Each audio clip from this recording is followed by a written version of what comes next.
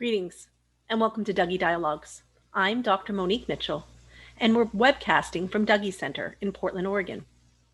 Dougy Center, the first childhood bereavement center in the United States, is recognized as an international leader in the childhood bereavement field for supporting children and families who are grieving.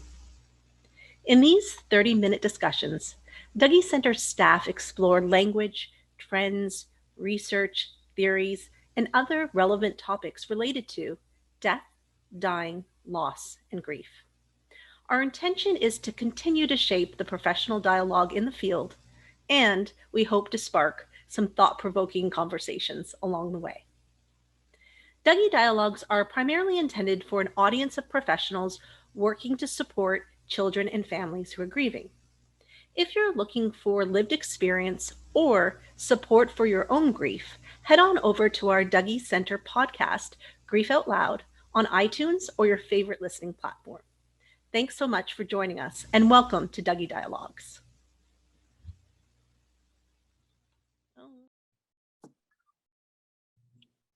Hi, everyone, and to those of you that are joining us here today, my name is Juliette Martinez. I am the L.Y.G.H.T Program and Research Associate for the Dougy Center, but I was also a former Esperanza coordinator, which is a program at the Dougy Center, which Cristina, I'm sure you, I'm excited to hear more about your experience now that you're running it. Can you, I'd love to hear more about it. Yeah, absolutely. And hi, everyone. Thank you for listening. I'm Cristina, the Director of Equity and Community Outreach, and currently overseeing the Esperanza program, which is our program specifically for Spanish-speaking families in the Portland area. And it's been great to honestly be overseeing this program. One of the things, and I don't know if this was your experience or has been your experience, Juliette, but one of the things that recently was coming up for us in group was a couple of the participants were just sharing like the challenge or how hard it was to make that initial phone call to seek support and seek help. I think there's a stigma that exists within the Latino community, though not a monolithic community. So there are some parts of the community that embrace mental health, but I think that there definitely still stigma associated with seeking, just finding support outside of family. And it was really striking to hear these participants just share like how much they had to work up the courage to be able to call. In your experience, have you come across like this stigma that is associated with mental health?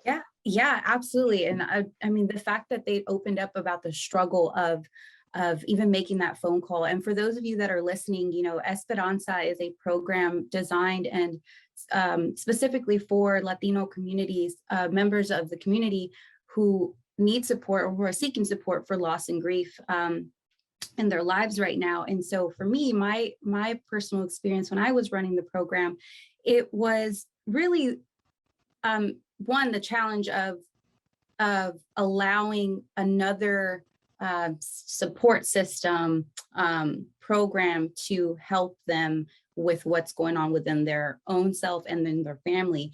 Oftentimes it's like there's this lo que pasa en la familia queda en la familia, meaning what happens in the family stays in the family, whether that's a loss or a general problem. And so to seek support, it's like, hold on, you know, what are you doing there? Like, that's what we're here for.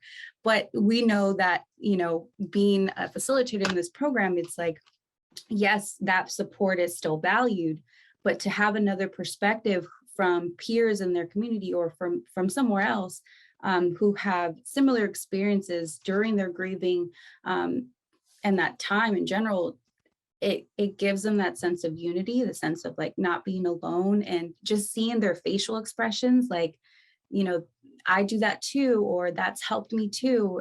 It's really an honor. It's an honor to recognize like it's okay to seek support from somewhere else. And also acknowledging like, yes, that stigma is there, but it's really, I think it's, for me, it was important to switch that and make it more about praising them for having the courage to make that phone call, as well as building their strength from it, right? Like that resiliency that we talk about all the time. What are your thoughts on that? Yeah, no, I think you hit such a nail on the head. Like, you're talking about unity, and all I'm thinking about is that for many of our families, or at least the participants that we work with, like, there is no family here in the States, right? Or there's like a micro version of what their family was, because extended family is spread throughout, whether it is in the States or whether it's in their home country. There is this loss of what this concept of family means, and the and so while you're taught to just keep it within the family, it's hard to do when your concept of family just isn't in your surrounding or isn't close by, and it takes, you're in different time zones or whatever it may be. And so I think at least one of the things that I've seen in my work has just been how this concept of family really extends itself so much more outside of like I think family in general for Latinos, right? And I can speak for myself on this. Like, when I talk about my family, I'm thinking about like my tias and tios, my aunts and uncles and my cousins and my grandparents, and then like the uncles that I don't even know are my uncles. I have no idea how we're related, but they're like my uncles and aunts.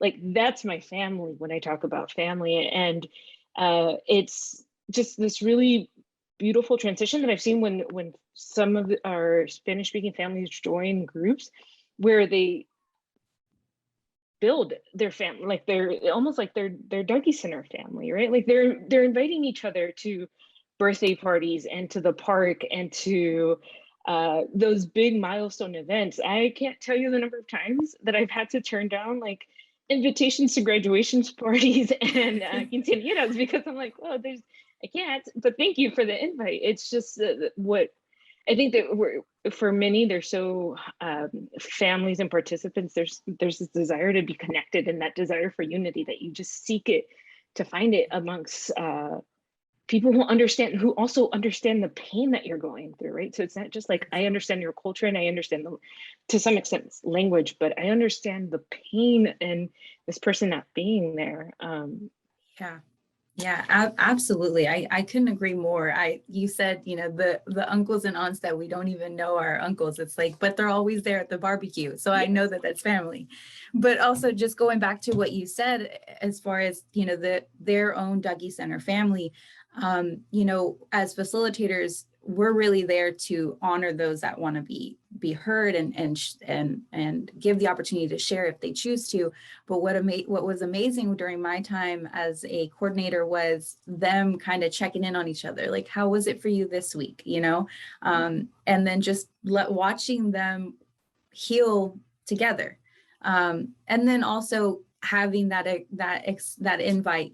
I'm from around this part of town too. Maybe we should have a cup of coffee one day, or maybe we can go to church together sometime to again support each other during this time, even if they may have lost two different people in their lives. Like for me, one of the participants, she had lost her husband, but the other one had lost their child. Very different type of losses, but still, they share that similar ways of coping, kind of what helped them on their day-to-day, right? Never mind how I'm going to get through this month, but this is, just today alone, I was looking forward to group because, it was one thing that I know that I can look forward to that gives me a sense of hope, because all my other days prior to, they were really rough, or, whatever the case may be. I just, that example has really stayed with me, because it's to be a part of that TDC family, that Dougy Center family, even if you're even as us, maybe I wasn't experiencing a loss at that time, but still to be a part of that family in that hour and a half program time was very, it was powerful and it was heartfelt. Like I was proud to be in that space with them. Yeah. Mm-hmm. You remind me as you're talking right now, just like that connection and checking in on one another. I had at one point in my career, I had a group of parents who had all experienced the death of their spouse, and there was one dad there who was really, really anxious about, like, how do I do my daughter's hair? Like, that was, he just could not let this go. Like, I don't know what to do. It's different than what it's, my hair looks like. And the moms in this group, and not to provide like gender norms in any sense, but the moms in this group were like, we'll figure it out. So they literally spent the entire group teaching him how to braid, right? Because that's what his daughter wanted to. And I remember sitting back and being like, yeah, like this is exactly what this group is meant to be, to build this community, right? Like there's that saying, it takes a village to raise a child. And so that's what the Dougy Center provides, is this family, this village to help, step in and sometimes fill those voids or fill those roles that are often left by the person who has died. And I just remember sitting back and being like, man, this is probably one of the best groups I've ever had. And we haven't talked about any emotions, any grief, anything, but literally like giving someone tangible skills. And that braid was one of the best braids I've ever seen on a child after dad was able to do it. Yeah, it was truly great. And I think just the resourcefulness that sometimes appears in the group, and yeah, like checking in on one another and seeing what happens, because we know that they're like, we talked a little bit about like the loss of family that sometimes happens when you're in just a country that isn't your own, for those that are recently arrived. But I think, and also like there are additional losses that come up for Latinos and their grief journey, for some, right? Not all, but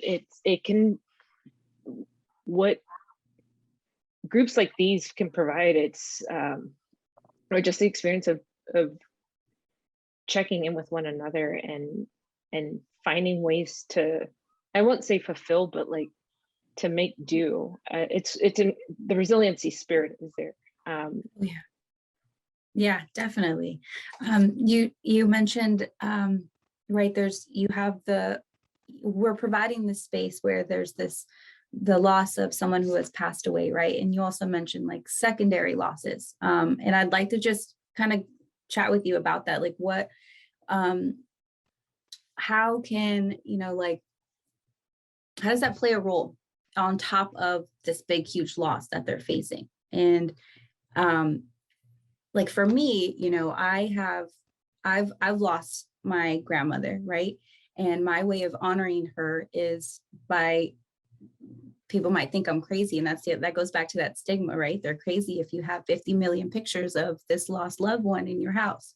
But I have multiple pictures of my grandmother in my house because that's just my way of honoring her and keeping her spirit alive. In addition to, so she's someone that I've lost. She's no longer here, but I'm in South Carolina right now, and all of my family's in Texas. That's something that it's like, even when I was running Esperanza, I felt so connected to them because, like you said, they're not, all of their family were back in their home country.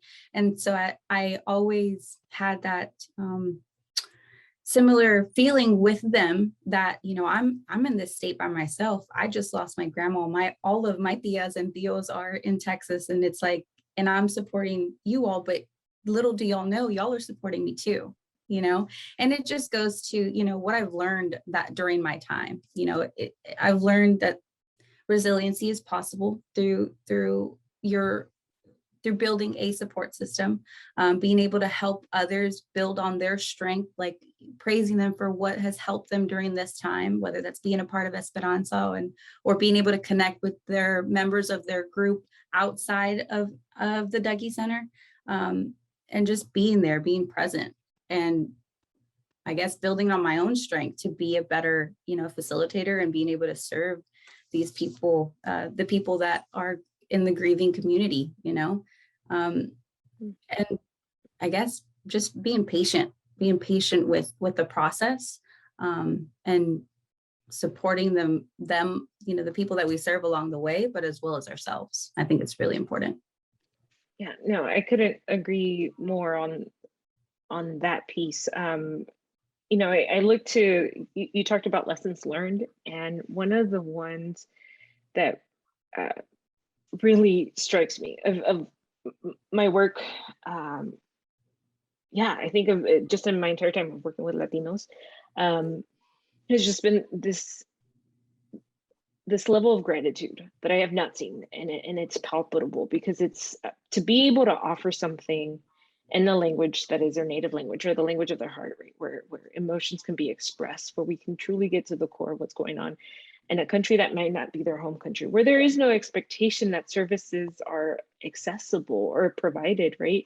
It's just, it's a different layer of just gratitude. I think because, yeah, the things like grief support centers don't exist, to my knowledge, in Latin America. I think some may be starting, but this idea that you can go somewhere free of charge and get support, right? And to find people who get what it is.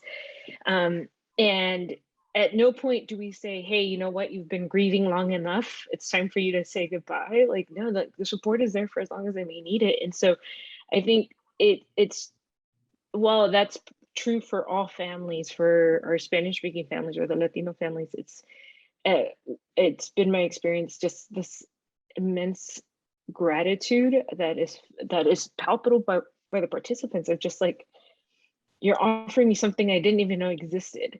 And I think that's the part, like, I've heard that multiple times. You have offered me something that I didn't even know existed, that I didn't even know I needed, and yet here it is. And it fills my heart so much, because it both, I mean, it feels great, but truly to be able to offer something in the language of someone's heart, and to say, yeah, like, you come for however long you need us, and here's how you support your kids and how you ensure that they're doing well. It's been great. I would say that's probably one of the greatest lessons I've learned of working with this population, is just that gratitude, and gratitude for the, like, smallest things of, like, thank you for sending me the Zoom link. I'm like, oh, you're so welcome. You know, like, it's to, like, thank you for problem solving this with me. It's just been yeah, it's pretty great in that sense. Yeah, and I'm so grateful, and I'm so glad that you're able to continue offering Esperanza to those that are in need, and again, that are learning that this is even out here. So if you're listening, please, check us out on our website. Look out for more Dougy dialogues. If you're interested or know somebody who would find the Esperanza program helpful to them, please share the word. That's what we're here for. We want to just share the word and be able to provide support in any way that we can. And here now specifically for our community, for our Latino community, because you're not alone. We want to offer that helping hand and give you that space where you can have peers to help you along the way. So thank you, Cristina. I love chatting with you, and I'm so glad that, again, you're doing this, and I really hope I get to see you soon. Yeah, ditto, Juliette. Thank you so much for having the time to just talk to me about this just great passion of I think both of ours in one way or another. Definitely.